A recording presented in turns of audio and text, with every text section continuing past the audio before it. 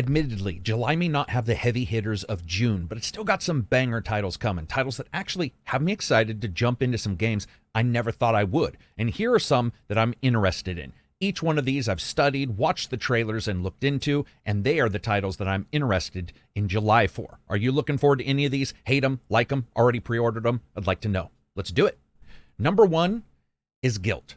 Guilt is a single-player adventure game, developed and published by Tequila Works. The game was released on November 19th, 2019, and was a Google exclusive, which is like saying that the only people who probably played it were the reviewers. But speaking of the reviewers, the game got amazing reviews from them, and is now coming to PlayStation, PC, and Xbox on the 6th of June. So, this one's on my list. The game is set in an eerie and deserted town known as Bethelwood, where you play as Sally, a young girl who's searching for her missing cousin Emily. As Sally, you navigate through the town's dark and twisted streets, the schools, the other locations. You solve puzzles and avoid or confront creepy creatures that lurk in the shadows. Something about Guilt just forcibly reminds me of Concrete Genie, a game that I adored. If you haven't got a chance, go play that. It uses a blend of stealth and adventure gameplay with you sneaking past the enemies, using light sources to scare away monsters, and solving environmental puzzles to progress in the story. What caught my eye is the game's art style and movement. It's this creepy but gorgeous combination, like a hauntingly pretty Frankenstein monster.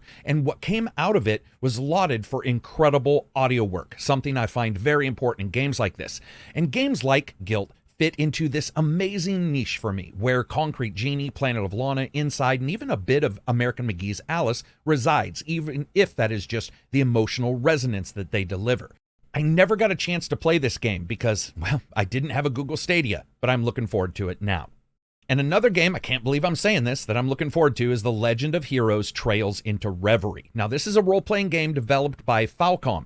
You don't go into an Italian restaurant and order Kung Pao chicken, so if you expect this to change much form from other Trails games, you're going to be wrong. The game was originally out in 2020 in Japan and is sort of a side story in the Trails Legend of Heroes series, and playing with the traditional turn-based combat you might expect. But it throws in 3 different story arcs across 50 playable characters. Combining those characters into teams and using them in that turn-based combat with their special abilities is the name of the game here.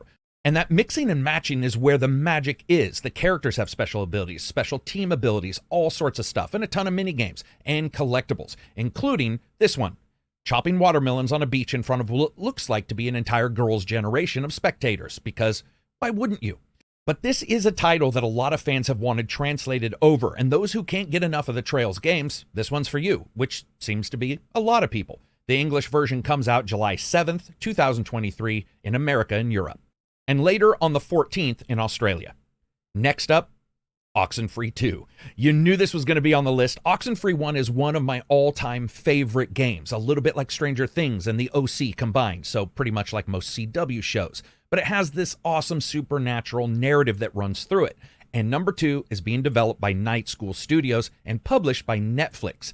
And the game's going to come out July 12th. You're diving back into the supernatural after high school simulator of Oxenfree, this time 5 years after the original game. And Riley comes back to her hometown to investigate the mysterious radio signals that started the whole thing.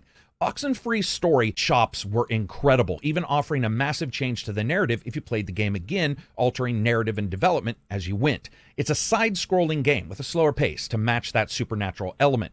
But its plans are to build on the original game's excellent exploration, so even people accustomed to possibly faster 2D games might want to give this one a chance, because the narrative and the interaction with the characters, as well as that supernatural slanted story, was phenomenal in the original, and nothing that I've seen from Oxenfree 2 looks like they've lost their game. And speaking of a game that you could say for just a moment looks to be lost in the past, but delivering it finally to the future, is Immortals of Avium. This is a single-player, first-person magic shooter developed by Ascendant Studios. The game is set to release on July 20th, 2023. Now, the story revolves around a character named Jack, who joins an elite group of battle mages to save the world on the brink of destruction.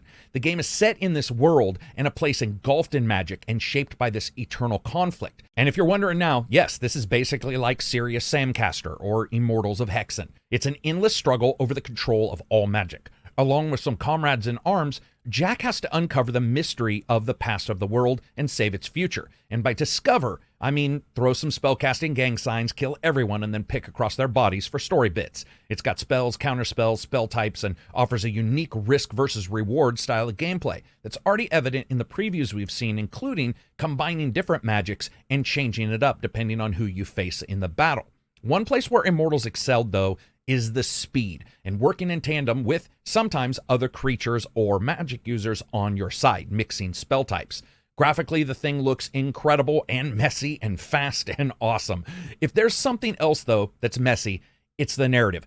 Throughout all the previews, so far the game seems like it's trying to channel Forspoken so hard that Square Enix is going to sue them on the spot. My hope is that doesn't detract from the overall gameplay.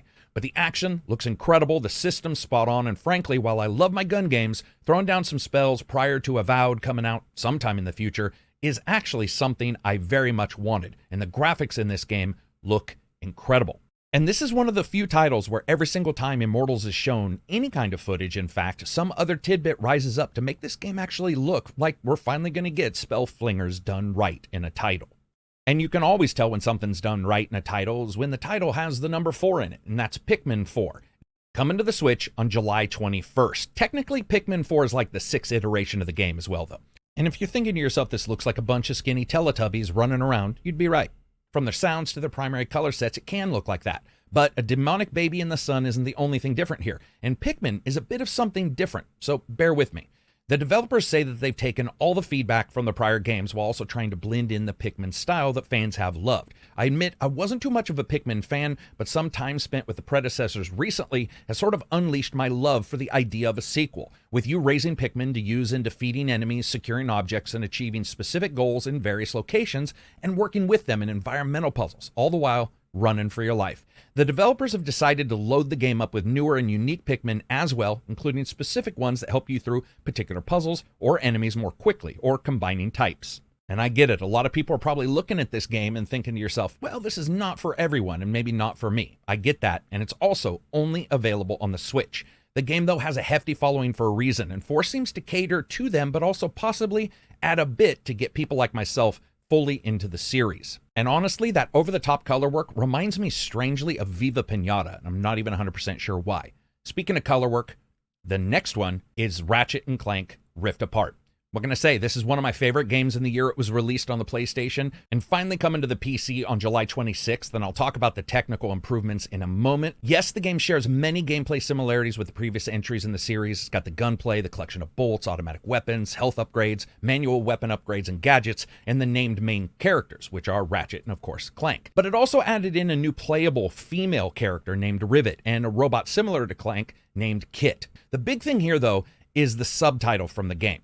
Originally, this was sold as the power of the PlayStation console, especially the Rifts, with PCs now having mostly SSDs and NVMe memory themselves. The port is going to let people who wanted to see what all the fuss is about, especially with the Rifts, which allows for puzzling, exploration, and even combat. A third-person action shooting platformer, Rift Apart was incredible, and much of that was just the graphical fidelity. A title that looked beyond the means of a lot of developers when it was released, and in many ways is still a high watermark. So finally coming to the PC with the power your wallet can bring to bear, it's going to be awesome. It has a bunch of PC-specific features, as well as frame generation with DLSS and more, so you can take advantage of the platform.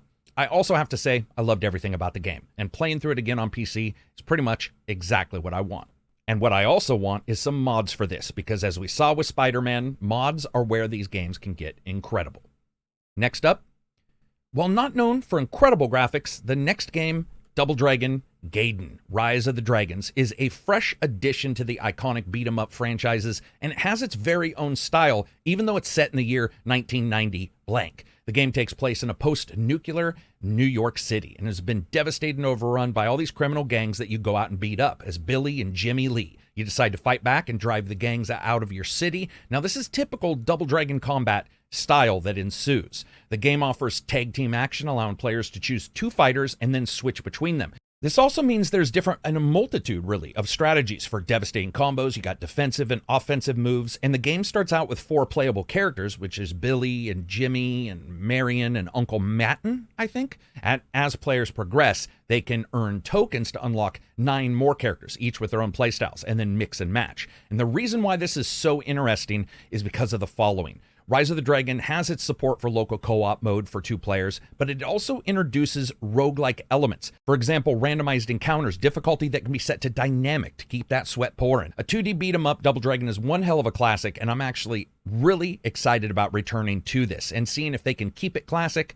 but current. This comes out July 27th. What's interesting here is the next 2 titles. I'm not 100% sure which one I'm looking forward to more, but for completely different reasons.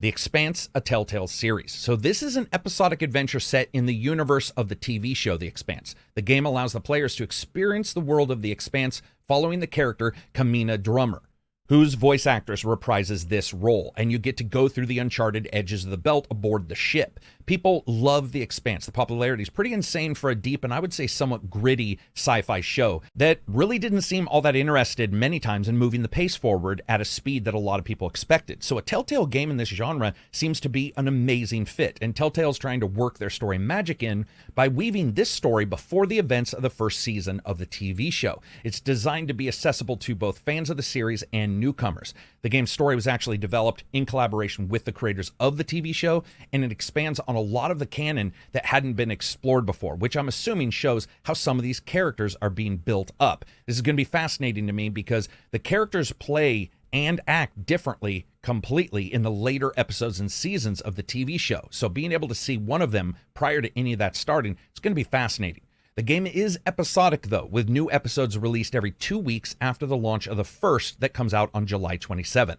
It's available on the Xbox One, PlayStation, PlayStation 4, and PC. And on the PC, it is a limited time exclusive for Epic Game Store. It's also sold as a whole season with a standard edition and a deluxe that includes an additional DLC episode. I don't have a lot of data on that one, though.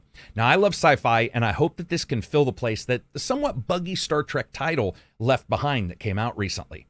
This next one, though, is one that might be tops on my list just for absolute nostalgia, and that's Disney Illusion Island. It just looks amazing to me. Well, to some of us, I assume. I admit, as an action-adventure platforming game set to release on July 28th, for just the Nintendo Switch, it's not going to set the world on fire technically. But the game lets you play as Mickey and friends on a quest to explore a mysterious island and recover 3 magical books to save the world from disaster. The players get to choose their favorite characters from Mickey and his friends. Each of those have unique abilities that can be unlocked as they perform all the different platforming feats, they solve puzzles, and take on boss battles. The game features all different kinds of environments to explore, including places that we've seen in the cartoons and in the movies, and hidden secrets that are all based on Mickey Mouse locations and worlds. What interests me here, though, is that the players get to play in up to 4-player local co-op with you and friends leaping in, and each character has specific moves. And honestly, at times, some of the gameplay I've seen reminds me almost of a Lego Light in that way. The developers wanted Mickey to play almost like an expendable cartoon, and it's not hard to think of something like Cuphead, but without the notorious nut-crunching difficulty that our half-liquid-filled friend would slosh all over frustrated gamers when it came out. I think for this one, you don't expect that kind of actual nut-crunching difficulty, but it does look impressive graphically, at least from an art style standpoint. So those are my titles for the month of July. I'd like to know what you guys think. What games are you looking forward to? What games do you think I missed or that you want me to look at? 4 reviews, 4 previews, stick with ACG. If you want to join the Discord, it absolutely helps as a patron. You can get access to all kinds of podcasts as well as D&D games, streaming games in our Discord, and much more. Peace out. See you on the next video.